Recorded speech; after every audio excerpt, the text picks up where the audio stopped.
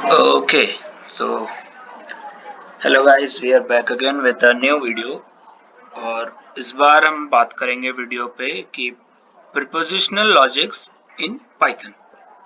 तो एंड तक देखना वीडियो को, लाइक करना, पूरा एंड तक देखना, सब्सक्राइब शेयर करना और कमेंट करना मत भूलना। तो देखते हैं क्या है।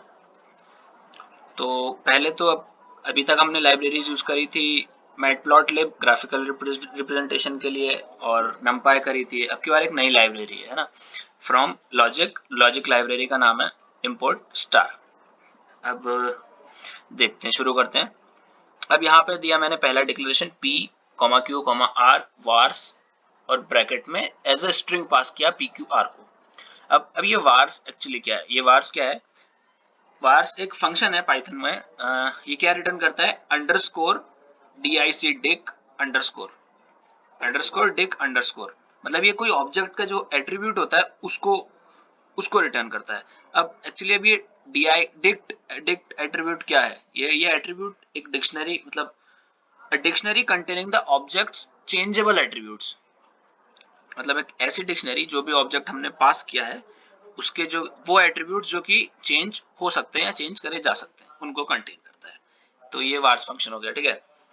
चलो अब एक एक करके पहले की तरह ही हमने कोड फिर से लिख लिया और अब की बार सीधा एग्जीक्यूट करते, देखते हैं क्या रिजल्ट्स आते हैं। ओके, तो ठीक है, ये रन हो गया। देन स्ट्रिंग्स पास हो गई।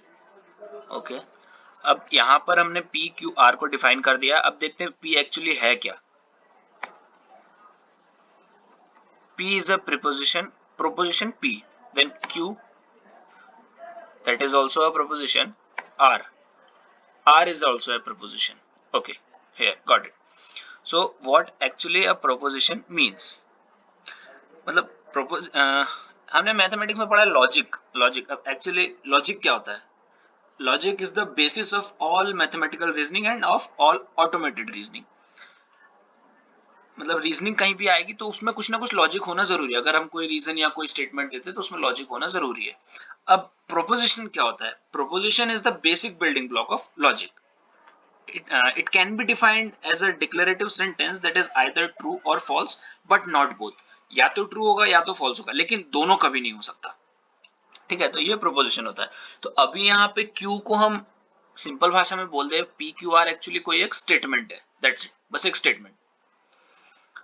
अब एक्चुअली स्टेटमेंट्स हैं तो हमने शायद 12th क्लास में एक मैथमेटिकल रीजनिंग करके चैप्टर भी था, उसमें भी पढ़ा था। तो अब कुछ बूलियन एक्सप्रेशंस की बात करते हैं या बूलियन फंक्शंस की बात करते हैं।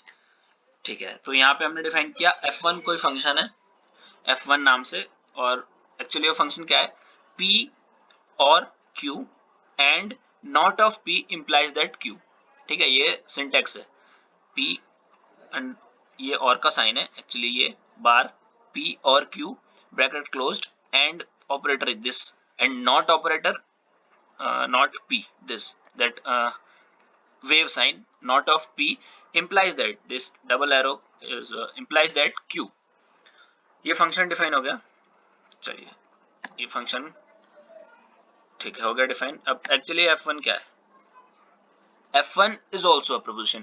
प्रोपोजिशन की वैल्यूज हो सकती थी ट्रू या फॉल्स, तो एक्सप्रेशन की वैल्यूज भी हो सकती है ट्रू और फॉल्स। तो एक्चुअली f1 क्या है? f1 is same as that is p and q and r।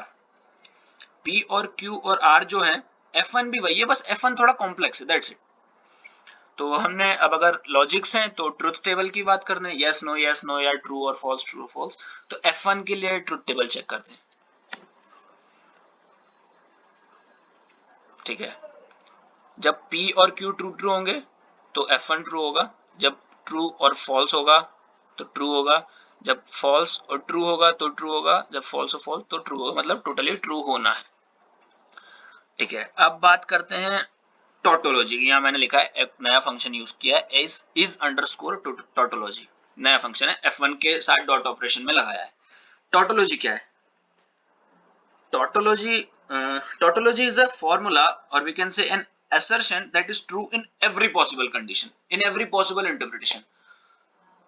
For example जैसे हम बोलते हैं कि एक कोई बॉल है या तो बॉल पूरी ग्रीन है या तो बॉल ग्रीन नहीं है, तो ये हर कंडीशन में ट्रू हो सकता है। इसकी पॉसिबल कंडीशंस दो हो सकती है कि या तो बॉल ग्रीन हो, तो ये स्टेटमेंट एक स्टेटमेंट है कि the ball is all green और the ball is not all green.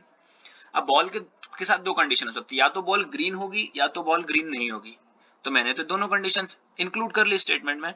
तो एक्चुअली ये टॉटोलॉजी कि ठीक है इसका होना श्योर है, ये तो होगा ही होगा, तो उसको बोलते हैं टॉटोलॉजी। अब ठीक है, अब अगर मैं इसका ट्रू टेबल देख रहा हूँ तो ट्रू ट्रू ट्रू ट्रू मतलब सब ट्रू है, मतलब ये F1 तो हर कंडीशन में ट्रू है, इसका मतलब ये टॉटोलॉजी होगा। ठीक है, चेक करते हैं। Yes, F1 is a tautology. Okay good, अभी तक तो सब बढ़िया चल रहा है। तो अब आगे दो और फंक्शंस डिफाइन करते हैं। F1 कर लिया था, F2 और F3 डिफाइन करते हैं।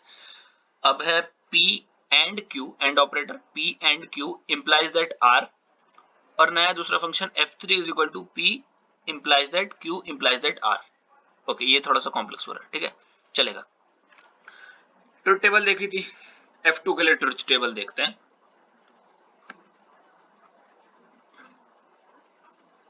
गुड, आ गए truth table. P Q R तीन एलिमेंट्स है different, P Q and R, तो P Q एंड R और ये टोटल फंक्शन का। अब देखना है ना, यहाँ पे ट्रू फॉल्स, अच्छा बाकी सब ट्रू है लेकिन ये एक फॉल्स आ गया। कब? जब P और Q ट्रू होंगे और जब R फॉल्स होगा तो हमारा जो फंक्शन है वो फॉल्स होगा। तो उसके लिए अब अगर हम F2 की अगर टोटोलॉजी निकालेंगे तो F2 की टोटोलॉजी ट्रू नहीं आएगी, F2 की टोटोलॉजी फॉल्स आएगी। अब F1 is equal to F2, ठीक है, यहाँ पे एक मैंने पहले से लिख रखा है कमांड, इसको चेक करते हैं। Actually F1 is equal to F2 false आ रहा है। ओके ओके सॉरी, इसमें थोड़ा सा चेंज करते हैं, ठीक है। F2 is equal to F3, इसको चला के देखें। Great, it's true.